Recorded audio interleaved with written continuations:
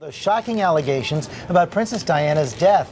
Authorities now reviewing the new and sensational claim that she was actually murdered by the British government. ABC's chief legal affairs anchor here with more on that, Dan Abrams. And Dan, talk about a conspiracy theory. Oh, yeah. Look, this may be the most thoroughly investigated car crash ever. But when you're talking about the death of Princess Diana, it seems some will never accept the official finding. After all, attributing her death to negligence, mistakes, bad behavior isn't nearly as tantalizing as a claim of murder. It seemed like a terrible accident and was officially ruled just that, an accident, caused by, among other things, the gross negligence of driver Henri Paul. But now Scotland Yard is looking into a new claim that Princess Diana and her boyfriend Dodi Fayed were actually murdered by British Special Forces 16 years ago this month. Whenever you bring in stories about Special Forces personnel, then immediately you've got the prospect of a red-hot story. The allegation came in the form of a letter during a court-martial of Sergeant Danny Nightingale, a British Special Air Service sniper convicted of illegal gun possession.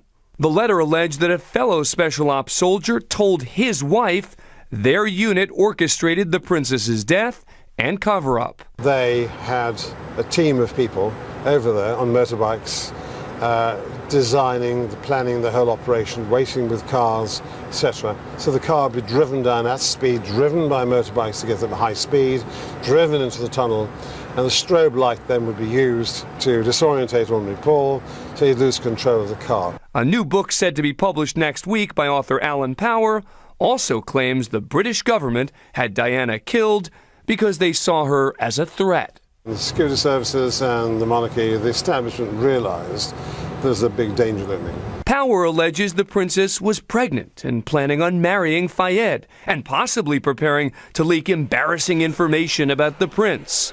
The problem?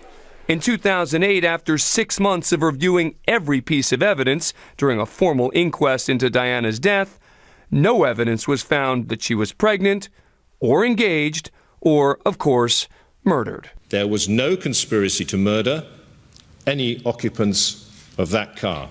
Buckingham Palace has not commented on the allegations, and Scotland Yard is choosing its words carefully, saying that this is not a reinvestigation, but that they are just scoping the new allegation.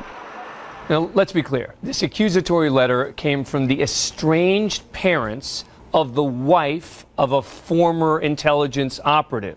Talk about hearsay upon hearsay upon hearsay. But when it comes out just as a new book, saying the same thing emerges, Scotland Yard has to at least look into it, and it's just too good for us not to discuss. I guess, but can you imagine the kind of conspiracy this would have had to be? And the number of all of this people off? who would have had to be involved and to have not said anything for all this time is absurd. But what does Scotland Yard really do? As you say, they're not calling it an investigation. They're saying they're just going to look at the scope of all this. What do they do? Well, publicly and privately, they're doing two different things. Publicly, they have to say, look, we are going to examine this. They're being very careful about what they say. Privately, I'm sure that they are rolling their eyes and saying, another one of these. We got at some point they say we looked at it. Yeah, that's we got to deal with this, but at least they can say that this was looked into without using the word reinvestigating.